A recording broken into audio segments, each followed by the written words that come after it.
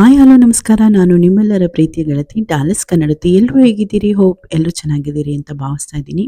ಇವತ್ತಿನ ರೆಸಿಪಿ ಒಂದು ಸೂಪರ್ ಆಗಿರುವಂಥ ಸ್ನ್ಯಾಕ್ಸ್ ರೆಸಿಪಿನ ಮಾಡಿ ತೋರಿಸ್ತಾ ಇದ್ದೀನಿ. ಇದು ಆಲೂಗೆಡ್ಡೆ ಮತ್ತು ಸಾಬುದಾನದಿಂದ ಮಾಡುವಂಥ ರೆಸಿಪಿ. ಇದಂತೂ ಮಕ್ಕಳಿಗೆ ತುಂಬಾ ಇಷ್ಟ ಆಗುತ್ತೆ, ಹಾಗೆ ಮನೇಲಿರೋರಿಗೆ ಎಲ್ರಿಗೂ ಇಷ್ಟ ಆಗುತ್ತೆ. ಸೊ ಬನ್ನಿ, ತಡ ಮಾಡೋದು ಬೇಡ, ಇದನ್ನು ಮಾಡೋದು ಹೇಗೆ ಅಂತ ನೋಡೋಣ. ಮೊದಲನೇದಾಗಿ ಸಾಬುದಾನನ 1 ಕಪ್ ತಗೊಂಡಿದ್ದೀನಿ. ಅದನ್ನು 1 ಅವರ್ ಆಗೋಷ್ಟು ನಾನು ನೀರಲ್ಲೇ ಸೋಕ್ ಮಾಡಿ ಇಟ್ಕೊಂಡಿದ್ದೆ. ಅದನ್ನು ತಗೊಂಡಿದ್ದೀನಿ. ಹಾಗೆ ಒಂದು ಆಲೂಗೆಡ್ಡೆನ ಚೆನ್ನಾಗಿ ಬೇಯಿಸಿ ಸಿಪ್ಪೆ ತೆಗೆದು ಸ್ಮ್ಯಾಶ್ ಮಾಡಿ ಇಟ್ಕೊಂಡಿದ್ದೀನಿ. ಅದನ್ನು ಕೂಡ ಆ್ಯಡ್ ಮಾಡ್ಕೊಳ್ತಾ ಇದ್ದೀನಿ. ನೋಡಿ, ಚೆನ್ನಾಗಿ ಸ್ಮ್ಯಾಶ್ ಮಾಡಿರಬೇಕು. ಹಾಗೆ ಇದಕ್ಕೆ 3 ರಿಂದ 4 ಟೇಬಲ್ ಸ್ಪೂನ್ ಆಗುವಷ್ಟು ಕಡಲೆ ಹಿಟ್ಟನ್ನು ಹಾಕೊಳ್ತಾ ಇದ್ದೀನಿ.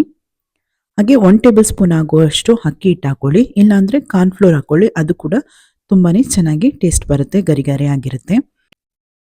ಒಂದು ಅರ್ಧ ಟೇಬಲ್ ಸ್ಪೂನ್ ಆಗುವಷ್ಟು ಅಜ್ವಾನನ್ನು ತೊಗೊಂಡಿದ್ದೀನಿ. ಈ ಥರ ಕೈಯಲ್ಲಿ ಕ್ರಷ್ ಮಾಡ್ಕೊಂಡು ಹಾಕೊಳ್ಳಿ. ಹಾಗೆ ಇದು ಚಾಟ್ ಮಸಾಲ ಮತ್ತು ಗರಂ ಮಸಾಲ ಅರ್ಧ ಟೇಬಲ್ ಸ್ಪೂನ್ ಆಗುವಷ್ಟು ಹಾಕ್ಕೊಂಡಿದ್ದೀನಿ. ಹಾಗೆ ಇದಕ್ಕೆ ಖಾರಕ್ಕೆ ಅನುಗುಣವಾಗಿ ಅಚ್ಕಾರದ ಪುಡಿಯನ್ನು ಹಾಕ್ಕೊಳ್ತಾ ಇದ್ದೀನಿ. ರುಚಿಗೆ ತಕ್ಕಷ್ಟು ಉಪ್ಪನ್ನು ಹಾಕ್ಕೊಳ್ಳೋಣ. ಈಗ ನೋಡಿ, ನಿಮ್ಮ ರುಚಿಗೆ ಅನುಗುಣವಾಗಿ ಉಪ್ಪನ್ನು ಹಾಕ್ಕೊಳ್ಳಿ. ಹಾಗೆ ಸಣ್ಣಗೆ ಹೆಚ್ಚಿಟ್ಕೊಂಡಿರುವಂಥ ಕೊತ್ತಂಬರಿ ಸೊಪ್ಪನ್ನ ಸ್ವಲ್ಪ ಹಾಕ್ಕೊಳ್ತಾ ಇದ್ದೀನಿ. ಹಾಗೆ ಬಿಸಿ ಮಾಡಿರುವಂತಹ 1 ಟೇಬಲ್ ಸ್ಪೂನ್ ಆಗುವಷ್ಟು ಎಣ್ಣೆನ ಹಾಕ್ಕೊಳ್ತಾ ಇದ್ದೀನಿ. ಈಗ ಇದಕ್ಕೆ ನೀಟಾಗಿ ಚೆನ್ನಾಗಿ ಕಲಿಸ್ಕೊಳ್ಳೋಣ, ಸಾಫ್ಟಾಗಿ ಕಲಿಸ್ಕೊಳ್ಳೋಣ. ಅಂದರೆ ಇದಕ್ಕೆ ನಾವು ನೀರು ಏನೂ ಹಾಕೋದು ಬೇಡ, ಅದೇ ಕೂಡ ಚೆನ್ನಾಗಿ ನೀರೆಲ್ಲ ಬಿಟ್ಕೊಳ್ಳುತ್ತೆ. ನಾವು ಎಕ್ಸ್ಟ್ರಾ ನೀರನ್ನ ಆ್ಯಡ್ ಮಾಡೋದು ಬೇಡ. ನೋಡಿ, ಈ ಥರ ಕಲಸಿಟ್ಕೊಂಡ್ರೆ ಸಾಕು.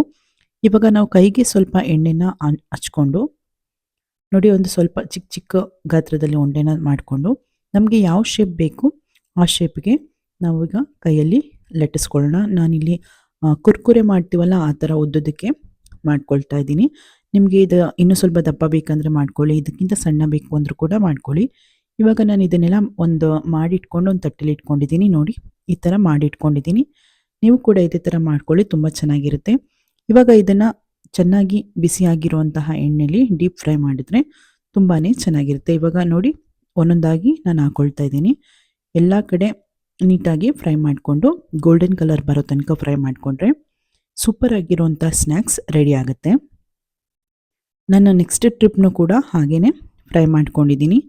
ಎಲ್ಲನೂ ಇದೇ ಥರ ಫ್ರೈ ಮಾಡಿ ಎತ್ತಿಟ್ಕೊಳ್ಳೋಣ. ಈಗ ನೋಡಿ, ನೆಕ್ಸ್ಟ್ ಟ್ರಿಪ್ನು ಹಾಕ್ಕೊಂಡು ನಾನು ಫ್ರೈ ಮಾಡ್ಕೊಳ್ತಾ ಇದ್ದೀನಿ. ಈ ಥರ ಗರಿ ಗರಿ ಬರಬೇಕು, ತುಂಬಾ ಕ್ರಿಸ್ಪಿಯಾಗಿ ಕ್ರಂಚಿಯಾಗಿರುತ್ತೆ. ಸೊ ನೋಡಿದ್ರಲ್ಲ ಎಷ್ಟು ಈಸಿಯಾಗಿ ಮಾಡ್ಬೋದು ಅಂತ. ಇವಾಗ ಇದನ್ನು ಸರ್ವ್ ಮಾಡ್ಕೊಳ್ಳೋಣ.